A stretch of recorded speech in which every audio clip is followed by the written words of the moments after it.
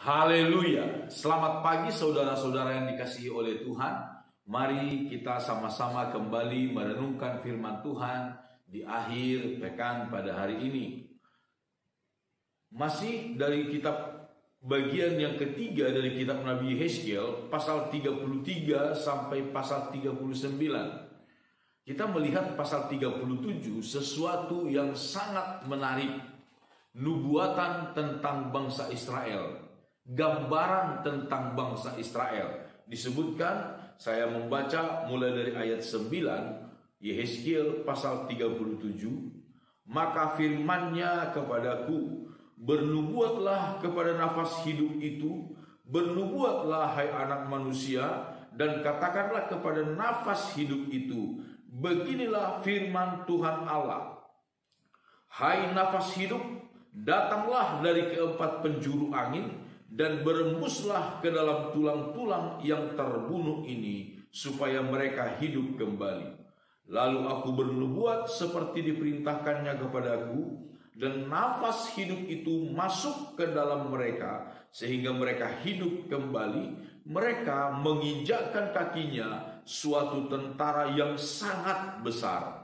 Firman-Nya kepadaku, hai anak manusia, tulang-tulang ini adalah seluruh kaum Israel. Sungguh mereka sendiri mengatakan, tulang-tulang kami sudah menjadi kering, dan pengharapan kami sudah lenyap, kami sudah hilang.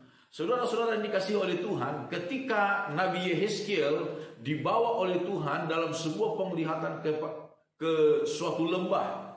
Lembah yang dipenuhi dengan tulang belulang. Dipenuhi dengan tulang belulang berserakan begitu banyaknya. Lalu kemudian Tuhan berkata kepada Yehezkiel, bernubuatlah, sampaikanlah firman, hai Yehezkiel, supaya tulang-tulang ini bersatu kembali. Dan luar biasa, ketika Nabi Yehezkiel bernubuat, menyampaikan firman Allah, tulang belulang yang sudah begitu kering, berserakan di lembah itu, tiba-tiba menyambung satu sama lain. Menyambung satu sama lain, luar biasa, saudara-saudara, mencari pasangan masing-masing. Lalu kemudian sementara Yehezkiel melihat tulang belulang itu menyambung satu sama lain, tiba-tiba tulang belulang itu sudah ditutupi dengan daging, ditutupi dengan urat-urat, lalu kemudian ditutupi dengan kulit, menjadi seperti satu jasad manusia, tetapi belum bernafas, belum memiliki nafas. Untuk kedua kalinya Tuhan berkata kepada Nabi Yehezkiel, Yehezkiel bernubuatlah, sampaikanlah firman, supaya nafas hidup masuk kepada orang-orang yang terbunuh ini. Dan apa yang terjadi ketika Nabi Yehezkiel menyampaikan firman, datanglah nafas hidup, roh yang menghidupkan, masuk ke dalam tubuh orang-orang itu. Dan firman Tuhan berkata, ketika mereka menjejakkan kaki, karena mereka sekarang sudah bernyawa, mereka sekarang sudah hidup, ketika mereka menjejakkan kakinya, mereka berdiri, mereka menjadi satu tentara yang sangat besar. Saudara-saudara, itulah keadaan bangsa Israel. Itulah orang Israel yang mereka katakan, kami sudah seperti tulang-tulang yang sudah kering. Sudah tidak ada harapan, kami sudah hilang. Saudara-saudara, ketika firman Allah disampaikan, tulang belulang yang kering itu nyambung satu sama lain. Seharusnya setiap kita mendengarkan firman Tuhan, kita harus terkoneksi satu sama lain. Tidak ada lagi sekat satu sama lain, dendam dan iri hati akan hilang satu sama lain.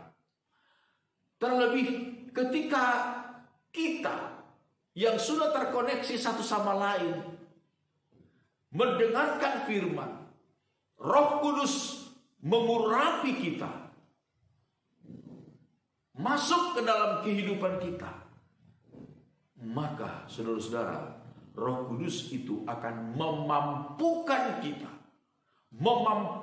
kita berdiri menjadi satu laskar Kristus, tentara yang besar.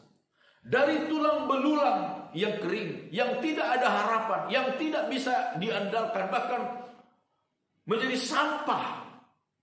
Menjadi sampah. Sekarang, ketika firman Allah disampaikan, ketika roh Allah yang hidup masuk ke dalamnya, dia berdiri menjadi satu tentara Kristus yang kuat, yang hebat.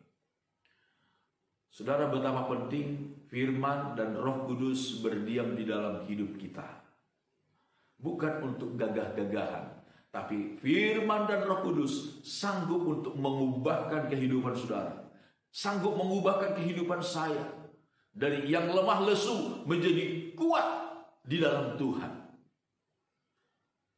Paulus berkata di dalam kitab Roma pasal yang ke-8 ayat 11. Firman Tuhan berkata, dan jikalau roh Dia yang telah membangkitkan Yesus dari antara orang mati diam di dalam kamu, maka Ia yang telah membangkitkan Kristus Yesus dari antara orang mati akan menghidupkan juga tubuhmu yang fana itu oleh rohnya yang diam di dalam kamu.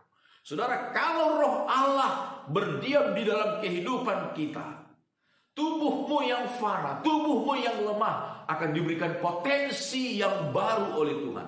Akan diberikan kekuatan, kemampuan yang baru oleh Tuhan. Itulah karunia-karunia dari Tuhan. Sehingga bersama dengan Tuhan kita akan melakukan perkara-perkara yang besar. Bukan dari kemampuan diri sendiri, tapi oleh karena roh Allah yang diam di dalam kita. Berdoa, saudara-saudara, baca firman, terima firman dengan hati yang tulus, dengan hati yang murni.